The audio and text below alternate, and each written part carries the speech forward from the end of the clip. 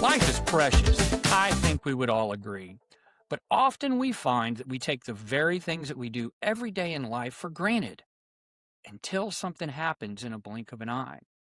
Hello, I'm Tom Russo, and this is In a Blink of an Eye, where we discuss stories from ordinary people whose lives are changed in an instant and how they have overcome through faith, courage, and determination. Join me on this podcast for uplifting stories of how people face various challenges and learn to not only survive, but thrive. Now, In a Blink of an Eye is sponsored by TradingCardsMarketplace.com. Discover, connect, collect. That's TradingCardsMarketplace.com. Well, ladies and gentlemen, I have a special treat for us today. One of the loveliest young ladies that I have ever had the good fortune of briefly getting to work with for 1 year in the teaching world. She moved off to New York, but I'm glad to welcome Catherine Woodin. Catherine, thank you so much for joining us today. Thank you, Tom. I'm so excited that you wanted to talk to me. As a teacher, Oh. I feel like we don't get that many shout outs, so it's exciting. Well, I have to let the audience know something special about you before we even get started on this. After my first episode, and like I said, I worked with Catherine at my first school I worked for, my first year in teaching. We worked together, and we had a good time working together. She was a wonderful teacher. The students loved her, and I was sad because she and her husband made a decision to move away. That we'll talk about that later. But she moved far away, moved to New York, so it's like another country almost, and far away from Texas, that's for sure. And I, while I was Facebook friends with her, I didn't get to visit with her very often. But after my first episode, this super nice lady wrote me the kindest note on Facebook Messenger. And it was kind of the impetus, ladies and gentlemen, that kept me going with In a Blink of an Eye. This is the lady right here that did that. Her message said that it touched her and made her rethink her teaching abilities and everything. And it just meant so much to me. And I wanted you to know that, Catherine, that you were a spark that kept me going with this. And that meant an awful lot to me. Well, thank you so much. Like I said, it's sometimes just so hard just to get out of bed in the morning and make myself, do the same thing teaching every day, and just to hear that I inspired anyone it just makes me feel like it's all worth it. So I really appreciate you saying that. Well, absolutely. Well, the way we usually start these shows out, Catherine, is I let my guests tell a little bit about their story, where you grew up, where you went to school, how you met your family. Going to toss it to you right now and let you talk for a minute. Yeah, so I was born in Galveston, Texas. If you know Texas and you know Galveston, you know how incredibly special Galveston is. It's special that I was born in Galveston because my great-great-grandparents actually met because of the 1900 storm. They met during the storm. One of my great-great-grandmother, there was a rocking chair that was floating by, and she was grabbing onto it. And the police said, "We don't know if that's yours." She said, "No, this is my rocking chair." And this man came and pretended to be her husband. And he said, "No, that is my wife's rocking chair. Let her have it." And the police said, "Okay, you're the husband. We believe you." And that they ended up getting married because of that meeting. Oh, And wow. What an interesting story. so to be born in Galveston on November 8th, So 1990, later you're on. what they call BOI, right? Born on the island? BOI, and just the fact that that's where they met, and then being born there on November 8th, 1990, later on, just kind of brought it full circle. And Galveston's always been very special to me. I even have, I don't know if you can see it, but my birthmark does look like a seahorse. Oh, wow. So I've just always been a beach girl. Love Galveston. Also, if you're familiar with, Texas and that area at all, I grew up near Texas City, where a lot of the refineries are. It's interesting because my great-grandparents, met during the 1900 storm, and they kind of stayed a little bit off the mainland. And my grandfather worked, before it was BP and all that, it was Amoco back in the day, and then they had Amoco Bank. And so my grandfather worked at Amoco and the refineries, and we just kind of stayed in the mainland area. My grandparents were very strong Episcopalian. Anybody that goes to Episcopal Church in Texas will know John and Betty Jacobson. They're now deceased, but they brought my mom up in a very strong Episcopalian household, and she raised my two younger brothers and I in a very, very strong Episcopalian household where we were actually homeschooled until halfway through eighth grade. I was homeschooled because my mom wanted to raise me reading the Bible and just teaching me everything about my faith. And I think it's so interesting today because she taught us so, especially in like Black History Month, she taught us so much about slavery and racism and things from like a very, very early age that I wouldn't have necessarily gotten all that exposure to in public school, just all the stories about the Underground Railroad. And I think it also kind of ties back that I'm teaching in a primarily Black charter school today, and the fact that I'm able to use some of that. In homeschool, you get to give that extra knowledge and context to have your kids read whatever books you want. So now I kind of get to give some of that knowledge that I know to my kids who would know absolutely nothing about those things until now. Well, and it sounds like it also set up an incredible faith background for you as well. Right, right, Um, right. a lot of people don't necessarily get. A lot of people don't get that opportunity ever or until much later in life. So kudos that you were exposed to that at a young age as well. Yeah, Very well-rounded young lady, it thank you. sounds like. I have to give that to my mom, and from her parents, just teaching about having compassion for people, having we're all equal. God loves everyone.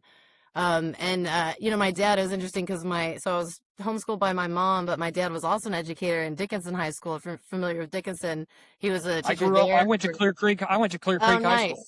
nice, nice. My dad taught his high school history in Dickinson forever, so that was really cool. Just having my dad there. I eventually went to Dickinson High School and was taught by my dad also. So I've actually been taught by both of my parents. Um, but my dad, he was just a big part of my life. So I just had a great childhood. I went to church every week. I danced ballet. I was in sports. And then because my family didn't have a whole lot of money, because stay-at-home mom, teacher, dad, it kind of forced us to go to not the nicest parts of places.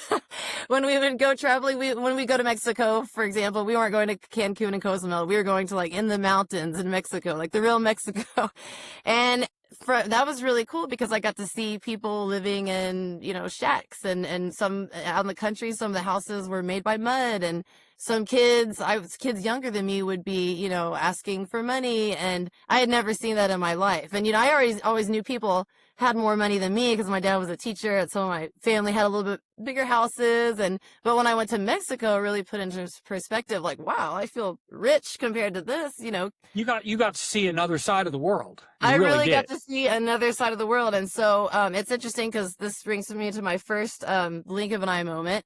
I don't know exactly what time it was, but I remember I was around 8 years old, and all of a sudden, the middle of the night, I was looking out the window and I was thinking about some of the poor, the poorest of the poor kids I had seen in Mexico.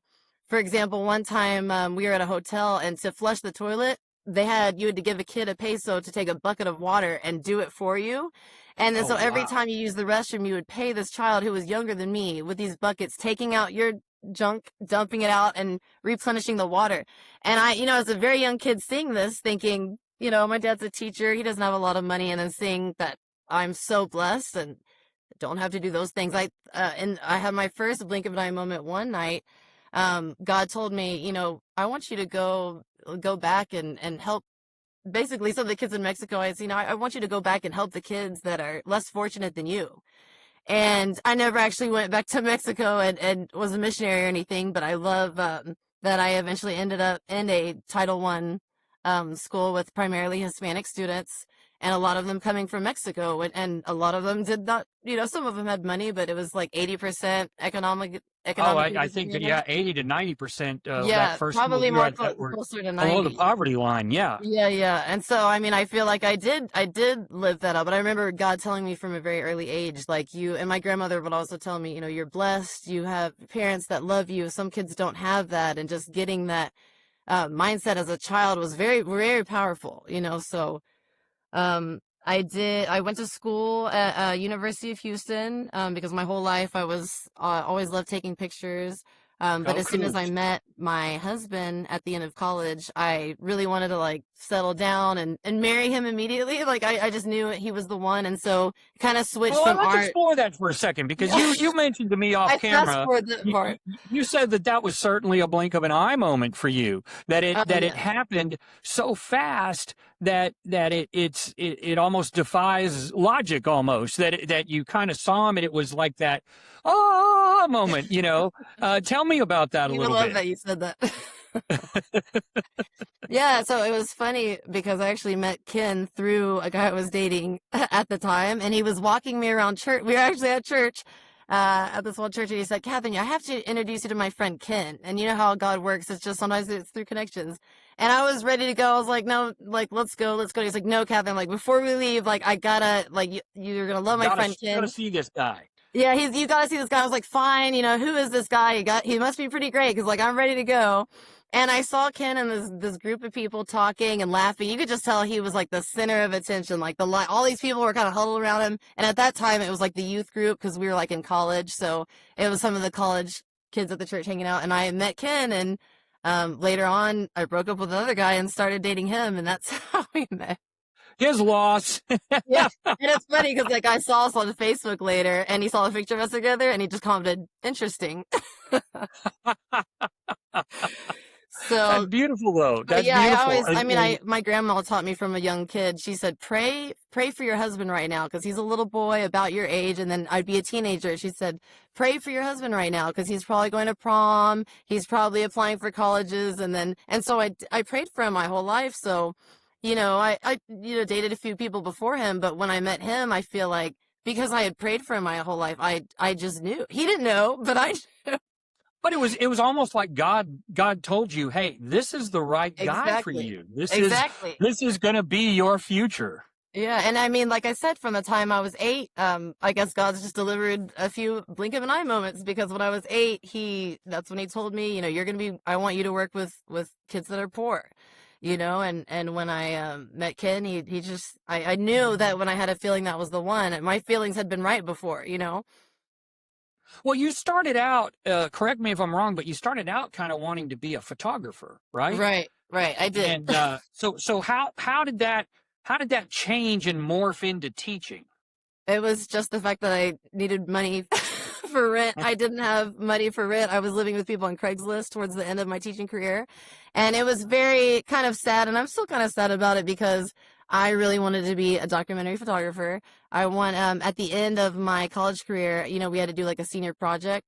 And my project was Can I Come Inside? Where I actually went to strangers' houses with my brother. I didn't go alone, but I would go to Right. rich parts of Houston, poor parts of Houston, parts in between, just all in the Houston area. And I would knock on random doors and say, can I come in and take a picture with you inside of your house? And so, Oh, I mean, this wow. is now That that was I'm thinking bold. about it, I didn't look at crime maps. I didn't look at, it was just, here's a neighborhood. Here's a nice neighborhood. That Here's was an office. strong. That was strong. But again, I wasn't alone. So my brother or some guy, a bigger guy than me, was always there. And I knocked on the door and said, "Can I come inside?" And I went to some of the Victorian homes in Galveston and have some pictures with the stories. I heard from people were so amazing. And I remember one of my photography professors kind of pulled me out away from the class and was talking to me in our office. She said, Catherine, your project is one of probably the strongest out of any one of your class. She was like, don't tell anyone I said that. And I joked with my Wow. husband. I was like, she could have said that to everyone. But she said, I you doubt that. really are bold and you have something here. And I think you could really be a great photographer, but you need to work on your technical skills. Back then it was, I was still, having some trouble with the digital aspect of digital photography. Like I love the darkroom stuff, but it's a lot learning how to print correctly and all of that. And I struggled a little bit, but she was telling me, you could really be great. It's just, you need to work on your technical skills. She was being honest. And so that really was my dream. But when I met Ken, it had been my dream longer to have a family and, get married than it had ever been to be a photographer. And so, I still did weddings and things like that, but I immediately was like, I need to settle down and get money and have a salary. So, but that blossomed into, what I felt like was Into God's teaching. purpose.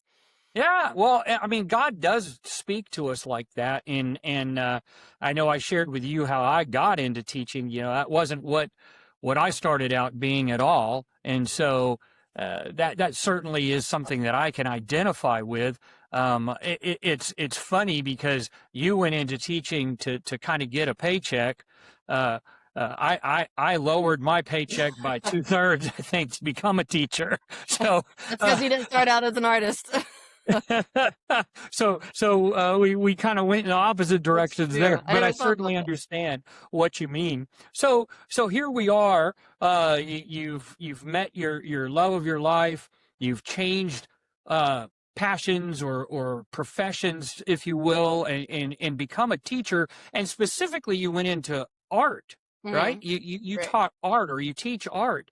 How did that come about? Well, I taught art because I had an art degree, so I definitely knew, painting techniques and drawing techniques, and I still had to take, like, I guess the general teacher test that you have to take for math and ELA and everything, and I passed all those, but I was specifically got my license to be an art teacher. And so, I mean, it was fun because I still, even though I wasn't doing photography like for my career, it was cool to teach kids how to do digital photography and how to, some kids had never mix. They Produce didn't any know of that? what colors made blue or green, whatever. Like they had never done that stuff before. So it was so cool to see them. There was a fire that would come in their eyes sometimes. They'd never mix paint together, and it was a beautiful thing. That is truly remarkable how it moved you to do something like that. Um, and I know as you were a teacher, one of the first times where our paths crossed was at Lewis Middle School, in Aldine in Houston, Right, and you were doing a fundraiser. right. And I remember you coming and talking to me a little bit about it and me getting excited about it for you and helping you, but I was amazed at the effort and the work that you did. Tell us a little bit about that fundraiser because I know that was almost a blink of an eye moment for you as well. So I feel like it's sad that I had a son in 2019, and I haven't even added that as a blink of an eye moment, but I guess that wasn't so Well, it much of a. certainly is too. I understand that. Yes. So anyway, rewind a little bit because I have to mention it. My son, beautiful boy, Alistair Woodin, was born in 2019. And so here comes 2020, and Alistair's not in school yet. He had just turned 1, and it was the pandemic, and everyone was super frustrated about, the teachers had to learn all these new, teaching virtually and online, and I'm over here like, yes, I get to stay home. you know, and I definitely felt bad for the kids who didn't have, necessarily have iPads or even laptops or desktop Right. computers. And, we would watch the news, and a lot of us in Texas, were watching New York City and seeing how, the trucks roll in. I still have that in my brain of all the bodies. And it was it looked like a war zone on TV. And I'm sitting at home, I can't even see my mom, much less go to work. And I was just like, what can I do? Like, what can I do? And in the blink of an eye, there was a moment I had where I was thinking, what I could do? I could raise money for kids that don't have laptops at home. And I had kind of asked our principal, I said, I know our school is ordering laptops from Chromebooks specifically from China. When is that going to get here? And she said, it was like 3-4 months because all the schools were ordering, new Chromebooks from China at the same time. And so I said, you know what I could do? Because parents were calling me, texting me, I don't have any device for my kid to get online to do school. Like, what do I do? And the school only had so many laptops to give Give out. So out. everyone Right. was scrambling, but I was like, I can try to get whoever's on my roster who needs laptops, I can try to fundraise for them. And, I kind of I'd never done an online fundraiser before. So that was when I first found out about like GoFundMe. And I had started that immediately. I was like, oh, I could just make a GoFundMe because that takes 2 seconds to set it up. But then I realized as an educator, you can't do that. You have to use Donors Choose. You have to see what your district, allows you to do.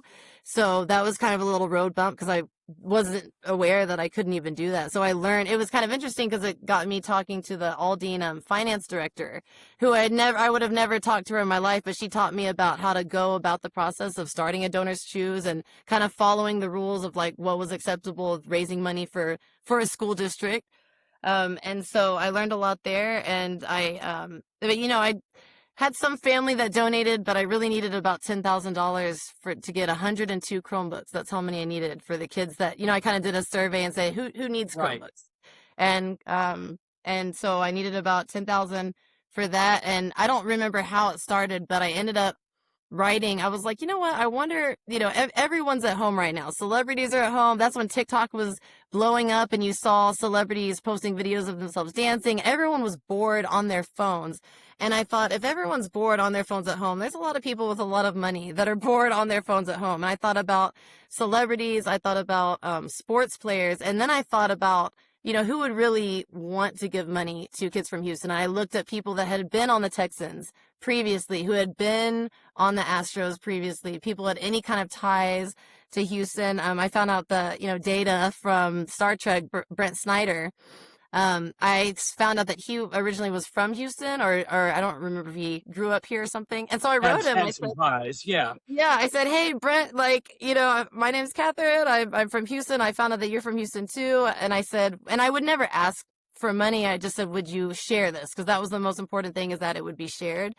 And I didn't have many Instagram followers, but he had millions of followers. And I said, would you mind sharing this on your Twitter page? And he actually messaged me back, which still today I'm like fangirling over it. Because that was so cool that someone actually, that they were on their phones. Everyone was at home on their phones. No one was really working. And he messaged me back and he shared it on his page. He reposted it to his millions of followers. And it was cool to see, as one person, sometimes we don't always think that we have a lot of power, or we don't know a lot of people to really make a change, but you could be a nobody and just have the guts Well, to. and to your point, Catherine, one of the things that I love about what you did there is too often people are afraid Right. to reach out to those that maybe have more followers or who are famous or Right. whatever you want to call, but they're just people like you and I. And most of Exactly. the time, not all the time, we all are different. We're all built differently, but a lot of times they can sense your genuineness. And Right. I think the people that answered you and responded to you certainly did. And I know it came to crunch time where you only had like 1 or 2 nights left Right. and you still hadn't reached your goal Right. and you were a little upset about it. Tell me Yeah. about what happened then. So I think I want to say it was 2 nights, but it may have literally been the night before. The $10,000 was like my goal. It was on a certain date, and if for donors choose, if you don't meet your goal by this date, then all the money gets sent back to the people. So it's not like they lose money. The donors don't lose, but you didn't meet your goal, so it's just you have to start all over again. And I had $2,000 left, and at this point, I had asked some family. I had really I was like, I can't post it on Facebook anymore. Like, there's just so much I can ask. And I Can't had do. $2,000 left. And I was just like, you know what? I'm gonna go hard one more night. I know that I like. I was like, it's $2,000. Like someone can do it. And I had gotten some good feedback from some MLB players, so I just started going down the list of people who had previously been on the Astros or just had anything to do with Houston. And I'll never forget the name Scott Kazmir, because the next morning I looked, it said Scott Kazmir donated 2,000. The remainder is like $2,000. And That is so awesome. yeah, it was amazing, and his name is like I really should write him again someday, because his name is still burned in my head that was it. And my husband and I were jumping up and down the living room like, yes, thanks Scott, and the fact that I'm just a kid from Lamarck, Texas, nobody knows where that is, but I was able to reach out to some MLB players and some people who had a lot more money and a lot more just ability than I did to make this happen for some kids in need. And so it But was you really touched their cool. heart. You touched their heart and they responded and it allowed you to do something special for all those children. And Right, right. and I think that's one of the things that I really admired about you from afar as a teacher that taught with you on the faculty there at Lewis, was that you didn't let anything stop you. You reached out. You helped those students. I remember talking to some of your students that I had also in my class. They loved you. They just Oh, absolutely loved you. And and I loved you too, which is funny because I would hear them talking everybody to you. everybody was so crushed when you made Oh, the decision to move to New York. Now I know that was another mini blink moment because you were this simple Houston yeah, area girl probably had not spent a lot of time in New York, if No, ever, never been. and now all of a sudden you're living near Central Park. Yeah. Tell us about that. Well, my whole life, it's very interesting how you never know what's really influencing you and shaping your mind, subliminally, but it is. I mean, when I was in the eighth grade, I was a huge Spider-Man fan. I mean, huge, and that's when Spider-Man 2 came out. And I remember it because it was the first time my mom ever let me see a PG-13 movie. Because, I was homeschooled, so she didn't play. So it was my first PG-13 movie I ever went to, and it was Spider-Man 2 with Tobey Maguire, that version. Right, right. And I just fell in love with that movie so much because, it was about a hero overcome, a nobody who it was overcoming, and he was kind of trying to choose who he was going to be. Was he going to go with his superhero powers that kind of alienated him from his family, or was he going to be, just be a normal guy? And I just love that conflict. And I fell in love with Spider-Man through like my whole high school. And I even got my engagement ring. I don't know if you can see it, but it has spiders on it. Do you see that? And I do so see that. it That's started with fantastic. it started with my love for Spider-Man, but then, it's set in New York City. So I even from before Spider-Man, I always thought New York City was cool because every movie as a kid, takes place in New The York center City. of the universe, isn't Yeah, it? it's the center of the universe. It was where, that's where you go to, that's where your dreams are made of. And so that does stick in your head. And, it was interesting because I never knew my husband till I had met him, but he said same thing when he was a kid, video games, his skateboarding video games, movies, anything. It was all in New York City. So both of us as children never meeting each other, and so many others, you've always just, Hollywood gives you this idea that New York, you can kind of be who you want to be. But now that I moved here, I mean, you really can't because it's just a pretty incredible place. Well, you you So you you moved away, and you and your husband have been married about 10 years, I yeah. believe. Is that correct? And And you in moved April. away and started this new life in New York, and you continued your teaching career. And I mentioned that note you dropped me when I went through my ordeal, and you sent me just the nicest, kindest note, and you had mentioned that it kind of reinvigorated you in your teaching career because you were kind of at a low point in your teaching career. Tell me a Right. little bit about that. So I've kind of come to the mentality of, you never know who wants to be at a different job or who's not happy. Your principal could not want to be there. You never really know, but it's really on God's time. It's not my time.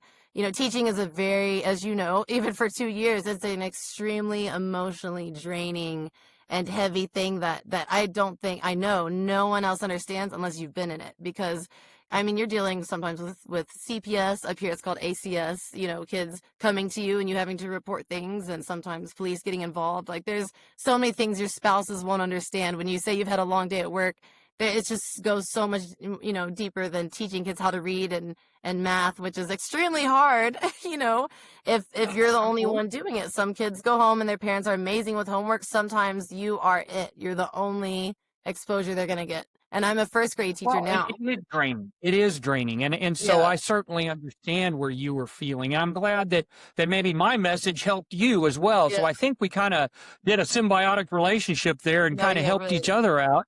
Kind of Yeah. helped you refocus on your career, Yeah. And and I was gonna say, like, at the beginning, it was, it was hard for the first 2 years. I'm coming up on the fourth year, and I still I still have, I think, an end goal of being a fundraiser one day. Ever since 2020, I've really seen, like, I really want to raise money for kids who need it. And even at my own school, I've gone to my principal and asked, I will raise money for you to get a playground. Like, please, like, basically, right, create a something, job for me. But that's not really how that works. But right. I still have it in my heart to do something like that. But right now, I'm like, this is where God has me. It's not on my time. This is on His time. He wants me to be a teacher right now. And so I go in every day and I put it my best foot forward because, some people would, and I tell myself all the time, some people, want a teaching job and pray for a teaching job and aren't, are getting turned down and not getting it. It's not easy for everyone. And, my mom would always tell me too, like, no matter what, I forgot who said this. But she said, there was someone that said, even if you're a custodian, whatever you're doing, you do it your best. You do it to your You do best it the because you absolute never best that you know can be. who wishes that they had that job that you have, so you have to be grateful and all you have is now. So I've been trying, Right.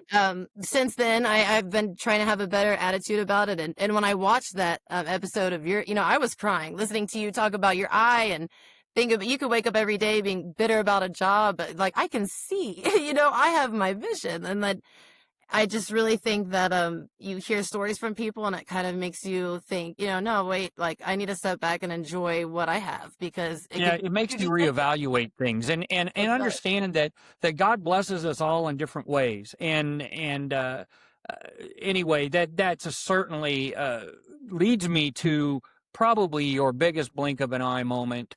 And this is a tough one because in 2024, your husband got diagnosed with, I want to make sure I get it right, classic Hodgkin's lymphoma. Is that Right, correct?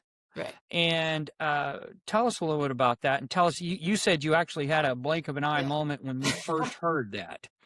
Yeah, so it's not a story that I've told a lot of people, but I actually, during that time I was like, I have got to get out of the classroom. Like I have to get another job. I don't care what it is. Like I just need to make the same and it needs to be something else. Like it just got to a point where I was like, this is not good for my mental health. Like I've done it, long enough. I need to go.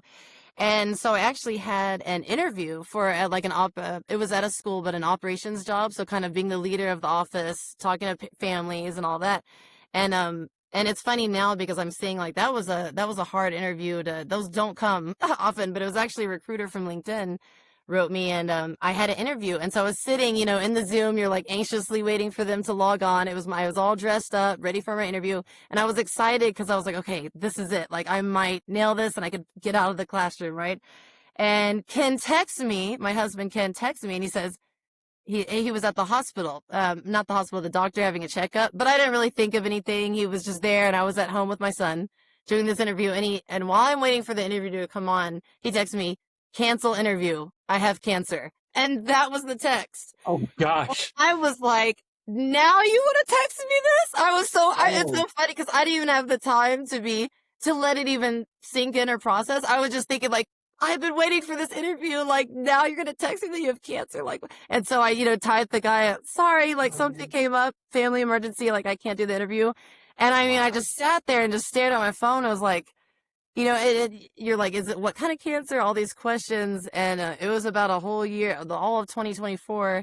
It was a lot. Finding out that he had cancer of the lungs. They said they had found a mass and that was his checkup to see if it was actually cancerous, and it was. And that was just like, nobody can be prepared for that one, like Nobody's ready for that. And since then, that's a hard road to go down. exactly. And tell me about how that's changed your life, how that's changed his life, how that's Right. changed your son's life. I know it's affected you all in many different ways. Yeah, well, it was interesting because my work did have an FMLA where I could still get paid, not of my full paycheck, but a percentage of it for 12 weeks. So thank God, I had it made me feel more grateful actually for my job because my insurance paid for all of the cancer treatments. And I mean, it was, I think he said over $1 million worth of treatments Oh, that wow. like it was just God saying this is another reason that like you should be grateful. Not everyone has insurance, and the Right, fact that right. my job that I wanted to leave really saved his life. You know what I mean? I have known That's people who didn't have insurance and died from cancer. My friend's mom, and so that it was that that's a aspect. God thing there too, though. Yeah, and then immediate. It's interesting. Anytime there's like a jolt or like a roadblock in my life, and everything and I stop working, I immediately go to raising money online. That's what happened in the pandemic, and that's what happened with this. I was like, okay, you're home, start making money again. Like that's just I don't know why it's the first thing that kind of clicks in my mind, but even with the insurance, there were still fees that people didn't think about, like Ubers, because we live in Brooklyn, and he was going to Mount Sinai in Manhattan.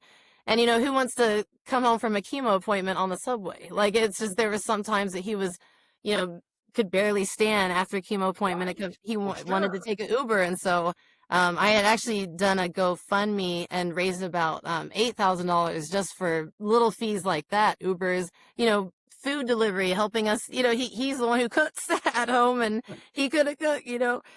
Just things like that. And it's just interesting. Anytime that I stop working and I'm at home, it's the first thing to like help, either help myself or help someone else financially. Like what can I do to just get on it?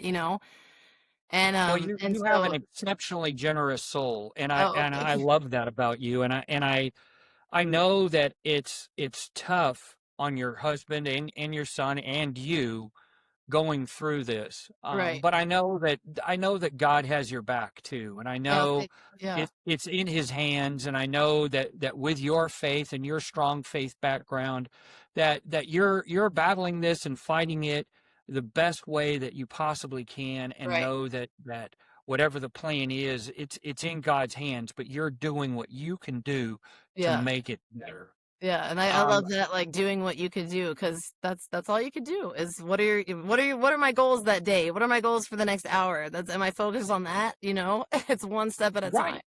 Absolutely. And I think that we have to, as a